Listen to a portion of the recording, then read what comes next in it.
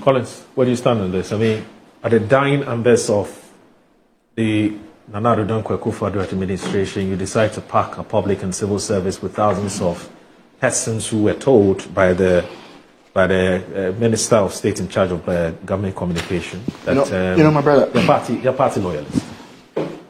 I also have a fear, and the letter from my colleague, Member of Parliament, Felix, even confirms my fears. Oh, you mean Vincent Assefuwa? Yes. Okay. If we are not careful, this cycle is going to continue, just as Uncle Kwesi said. How do you mean? Did you read his statement? Yes, I read it. A future MPP government will reinstate all these affected people. That should tell you the mindset, and not just him, of our political landscape.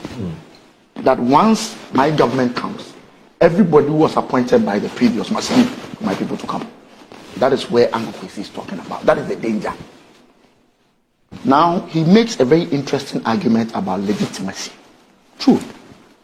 Every government is voted into power for 4 years. The 4 years expires on midnight on the 6th of January. Yes. Now, I have in my hand Mr. Domelevo's appointment. Yes. Somebody just sent it to me this morning. Okay. It is dated 19th December 2016.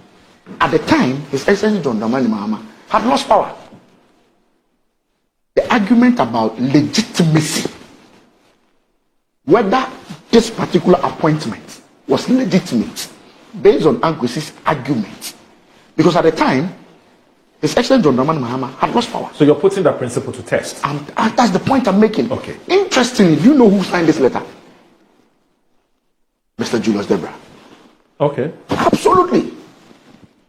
This appointment was signed by Mr. Julius Debra on the 19th of December 2016, when Mr. John Mahama has lost election.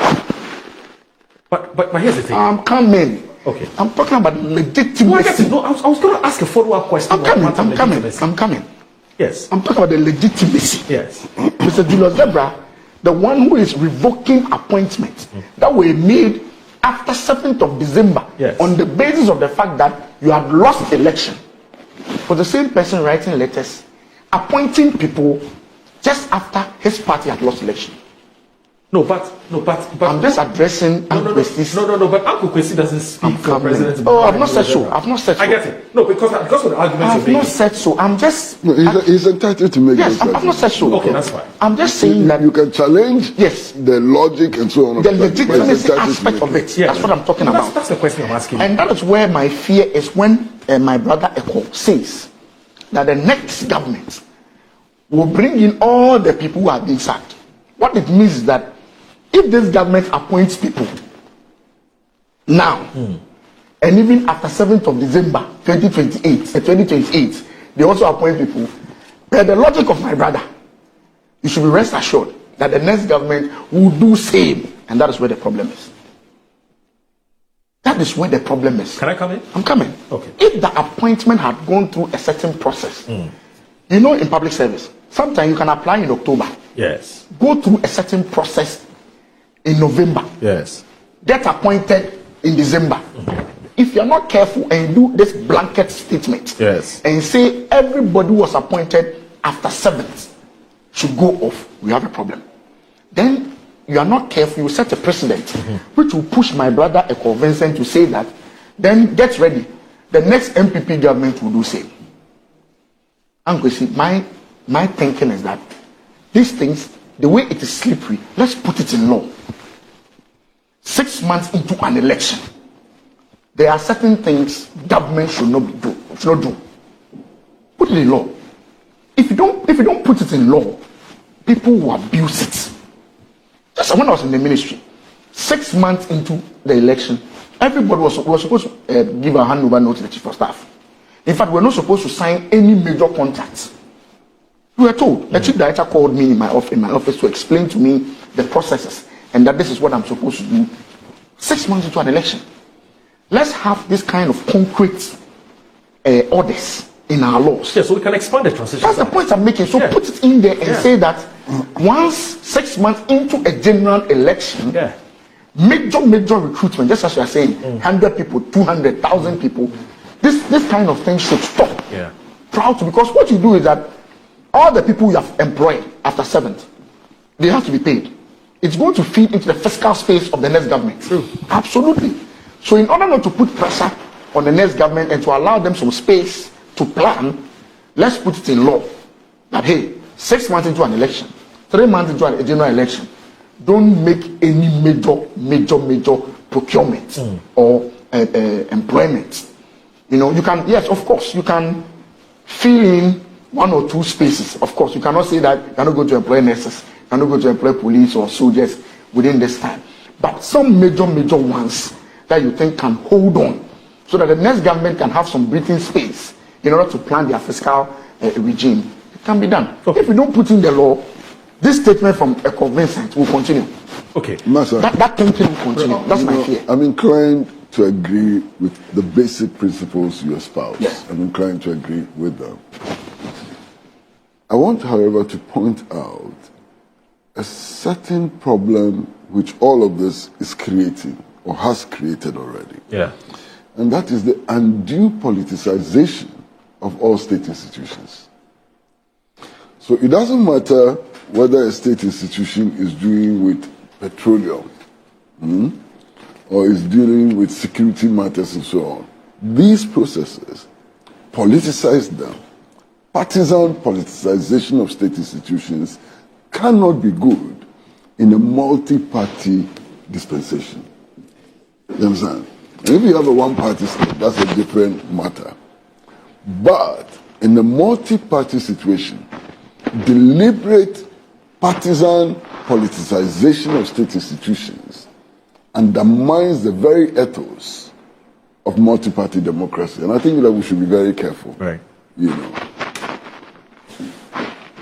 Now, for me, obviously at Collins, having listened to the Minister of State in charge of government communications, where he talks about the fact that one of the reasons why, in fact, the main reason why these appointments are being revoked is because he gives 4 key reasons.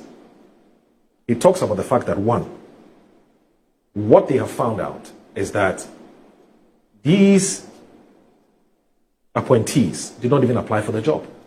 That's number 1. 2, they were not interviewed. Okay. 3, they didn't even present their medical reports. And then number 4, there were instances where people's appointments were actually even backdated. Because you are comparing when the person was paid as against when the person's appointment letter was even issued. Okay, so it raises the issue about whether the critical steps that were supposed to have been taken were sidestepped or not. And so they are not being dismissed necessarily because the timing of the appointment was problematic, as I understand. But they are being dismissed because there were certain steps that ought to have been taken to regularize their employment. But those things did not happen. And that's why they are being made to go home. Now, I don't even know whether these employees will actually even receive their January or February salary. I can't even tell. Because if what Felix Ofusukwache is telling us is anything to go by, which is you got the appointment irregularly. And so, as far as we're concerned, we do not deem you as somebody who has been legitimately and legally employed. So I just thought I should share this information with you. To sort of... yes. No, I'm not talking about the statement from the chief of staff. I'm talking about what Felix has said. Master, there's a presumption of impropriety. Yes. But in concrete practice, it has to be put to test. Because it is not in all cases that people have to write letters. Absolutely, asking for, Thank you. It's not in all cases. Applying for a job. Applying for a job. It's not in all cases that people have to be interviewed. And I mean it. You understand? So there's a certain presumption of impropriety, which is okay. There's no problem. But then we need to test and take each case and find out why those circumstances we mentioned applied. Okay.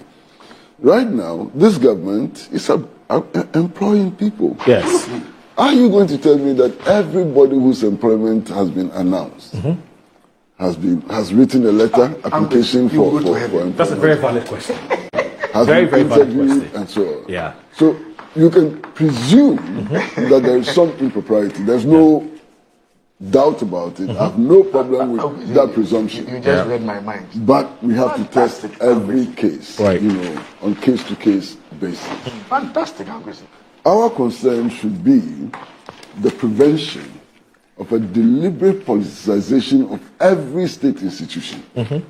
That should be our worry, you understand?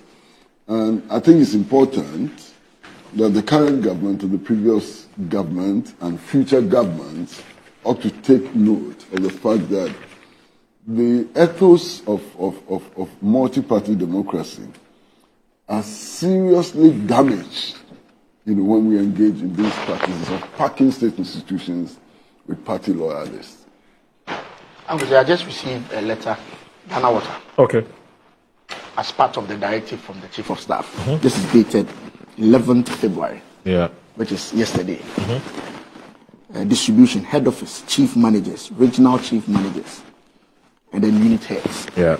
Directive to suspend all new recruits appointed in November 2024. November 2024. You see, the confusion that has started. The Chief of Staff's letter was very clear that appointment after December 7th. This is a directive from the Chief Executive Officer, Mr. Adam Wakili, instructing his people that for them, they are backdating it to November 2024. We haven't spoken to him. No, I'm saying that this is the letter I got. No, I'm not doubting that you have such a letter. So, but listen, I'm not doubting that you have such a letter. Okay.